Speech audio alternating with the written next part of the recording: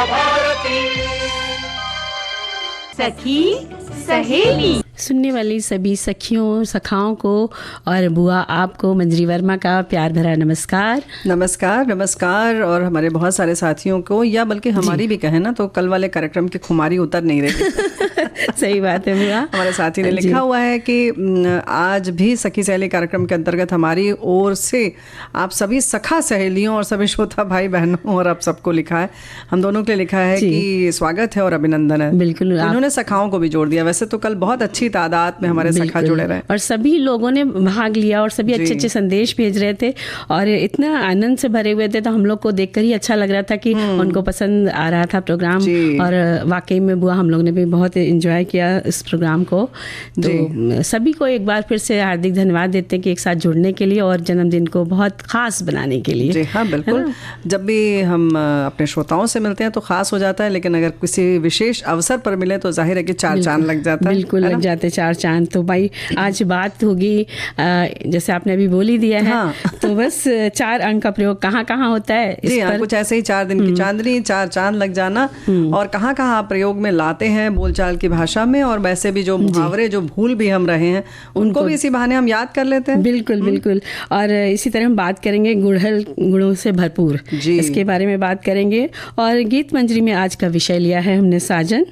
और सामाजिक सरोकार की बात करें तो जाहिर है कि हमारी पूरी ज़िंदगी में किस चीज़ की ज़रूरत ज़्यादा है और हम बराबर विनम्रता की बात करते हैं तो उसी में एक आता है कि लचीलापन कितना है हमारे में। लचीलापन ये एक बार हमें देखना बहुत ज़रूरी है। बिल्कुल। और स्वभाव में लचीलापन होना ही अपने आप में एक अलग पहचान बनाता है कि आप कहीं पर भी जाते हैं तो आप किसी से बात करते हैं तो अगर आपका स्वभाव ही लचीला होगा तो आप सामने वाले से बहुत अपने सॉफ्ट स्पोकन जैसा कहते हैं विनम्र भाषा में ही बात करेंगे, तो उसका एक अलग प्रभाव होता है व्यक्ति का पड़ता सामने वाले के ऊपर।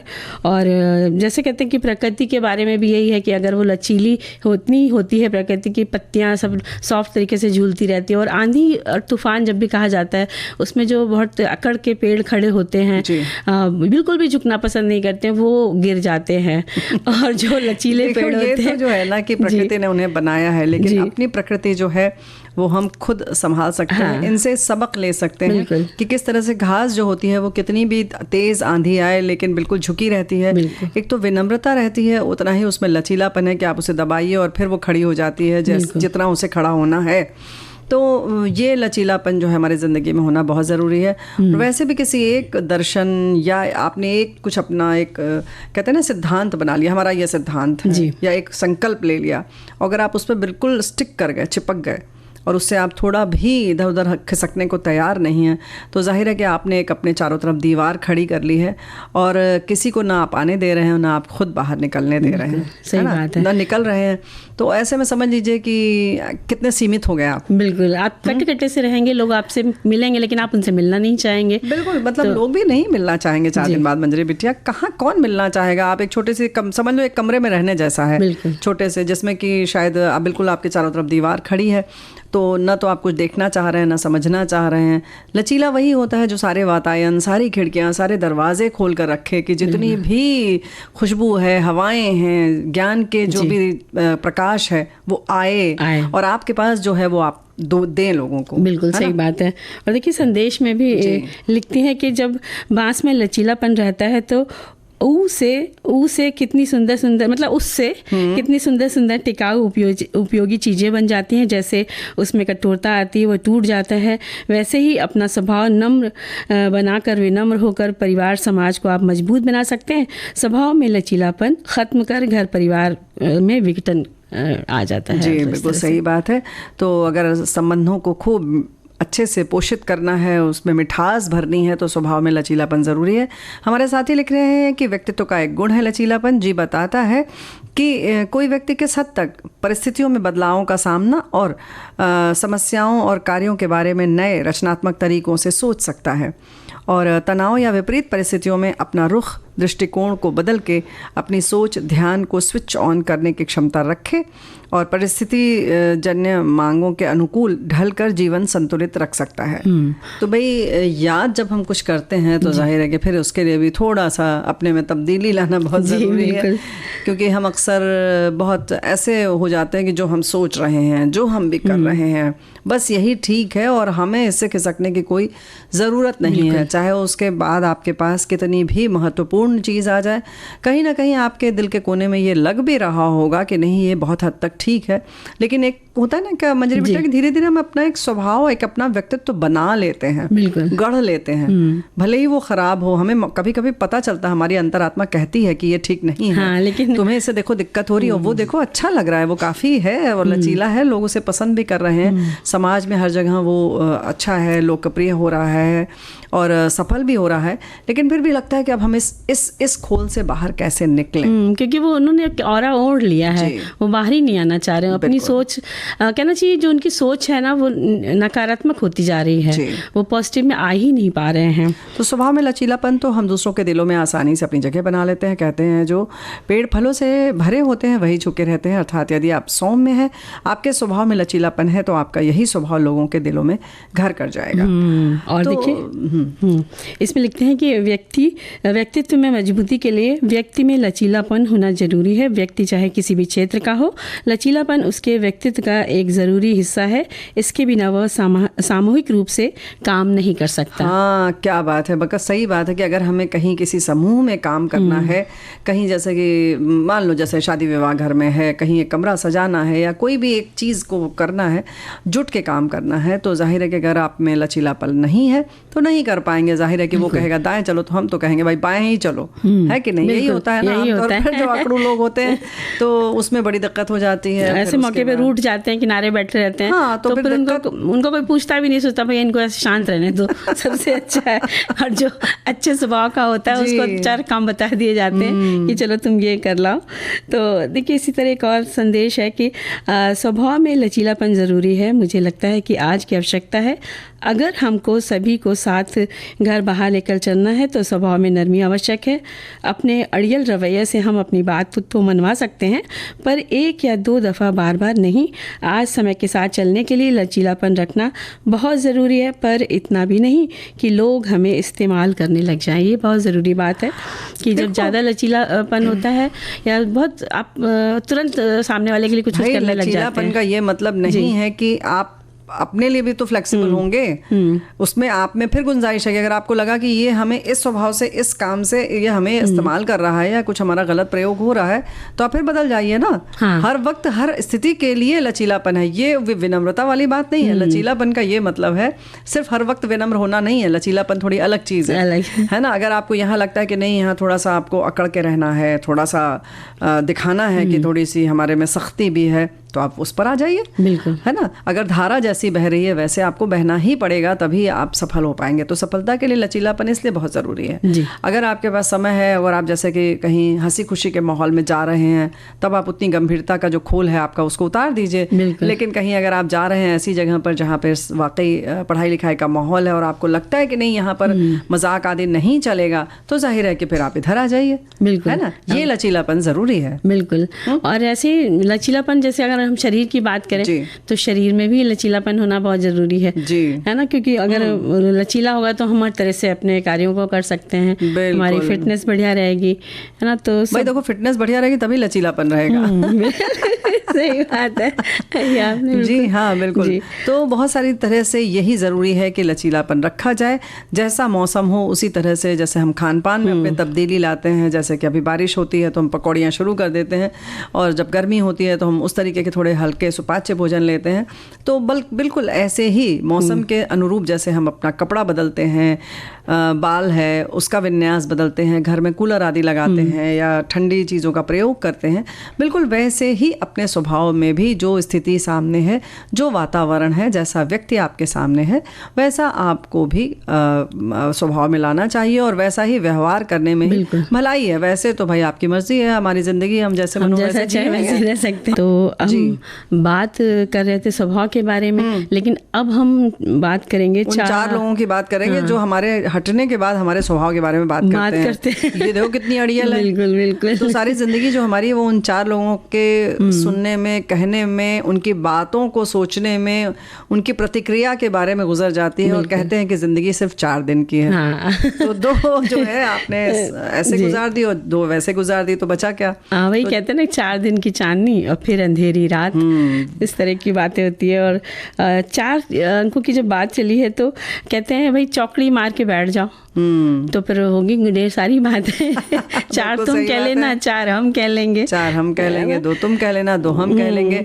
ऐसे ही 1/2 और 2/4 भी हो जाता है, और 1/4 भी होता है, उसका अपना महत्व होता है।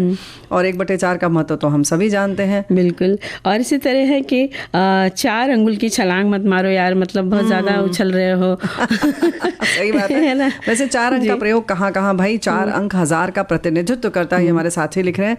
अब ये तो प्रयोगकर्ता के ऊपर निर्भर है कि वो इसके प्रयोग कहाँ कहाँ करते हैं। वैसे जिस प्रकार आज के नेट के युग में अंकों से पहचान इंसानों की हो रही है और आधार कार्ड से लेकर मोबाइल फ़ोन नंबर तक पर अंक काबिज हैं, तो वहीं 4 अंक के 1000 से ATM कार्ड और पैन कार्ड आगे बढ़ते हुए भी देखा जाना स्वाभाविक है। तभी तो कहा गया कि संख्या स्यात् गणितम।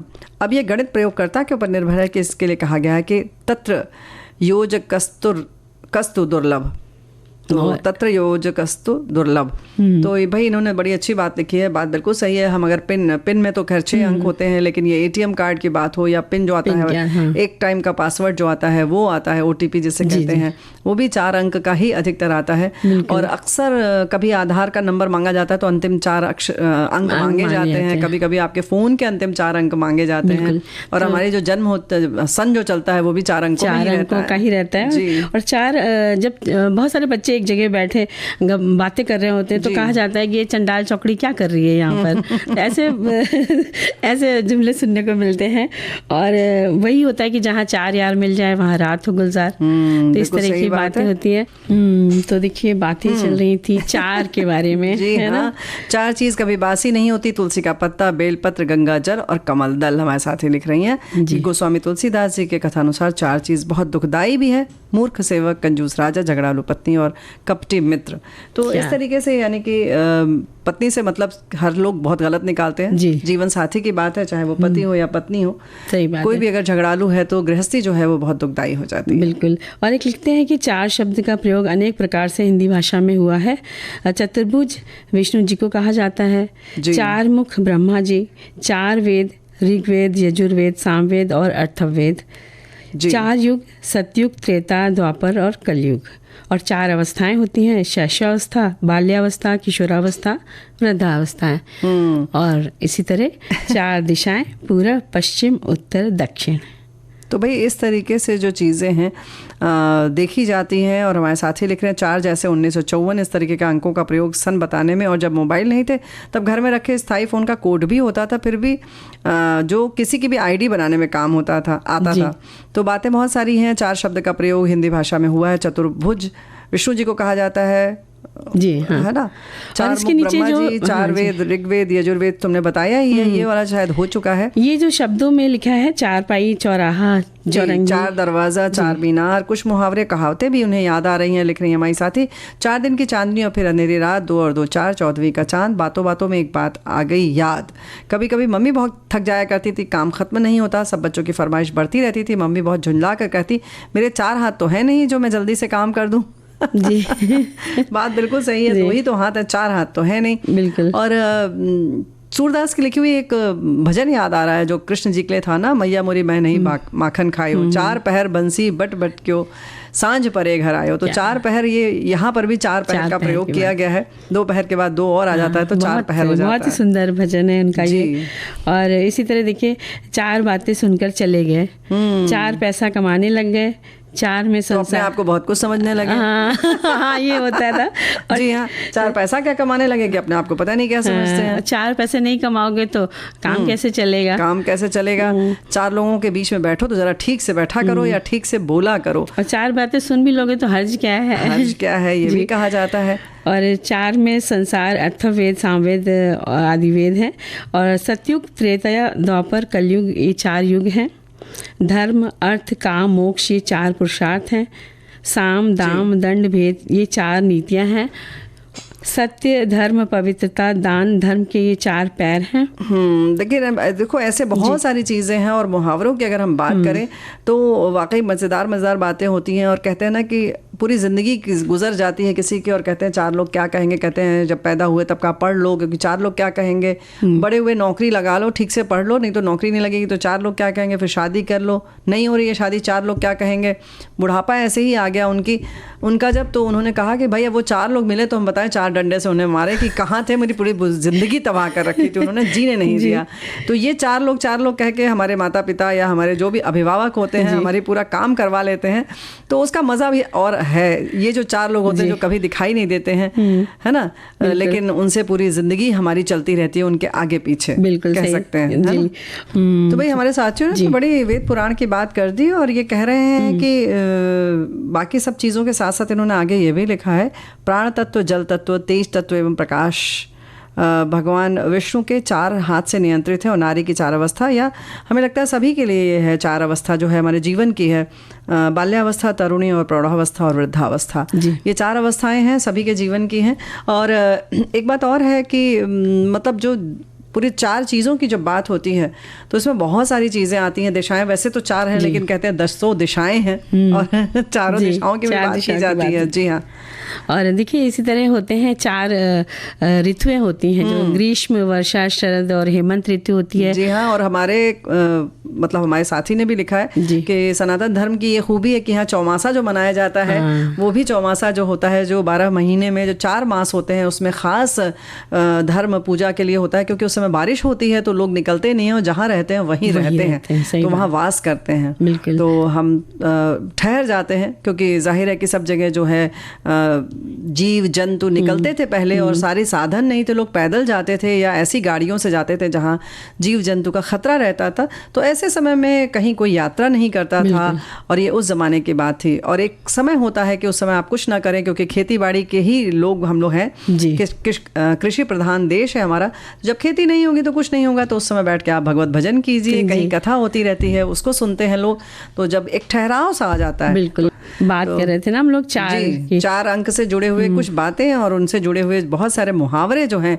हम अक्सर कहते हैं चार चांद लगाना, तो हम कहते हैं चारों खाने चित्त होना भी कहते हैं। जो बुरी तरह से परास्त हो जाता है, तो कमरे में वैसे 4 कोने होते हैं, तो चारों खाने चित्त हो जाना है, यानी कि पूरी तरह से 2 पैर इधर इधर हो और 2 हाथ उधर उधर होना आता है। और इसी तरह है मंगलाचार करना। जी हाँ, मंगलाचार किया जाता है, और जिसमें कि प्रभु लोगों को उठाया जाता है, और या यूं कहें कि मंगलाचार करके उठाते हैं। खुशी कोई आता है तो मंगल चार करते हैं। चारण करना यानी कि गाना, और मंगला यानी कि शुभ चीज या शुभ कामना के गीत गाना को होते हैं, जैसे मंगलाचार कहते हैं। और जैसे चौथ का चांद वो करते हैं, चौथ का चांद, करवा चौथ। और चारपाई पर पड़े रहना, जैसे कहते हैं क्या चारपाई पर पड़े को चार जिसके पाए हों उसको चारपाई कहते हैं। चौपाया जानवर भी इसीलिए कहते हैं कि चौपाया है जी। और इसी तरह से आंखें चार होना तो सब जानते ही कि प्यार होना है, लेकिन उसी में कुछ लोग 420 भी कर जाते हैं। बिल्कुल। और 4 धाम की यात्रा सबसे मनोहर होती है। जी बिल्कुल मनोहर होती है। और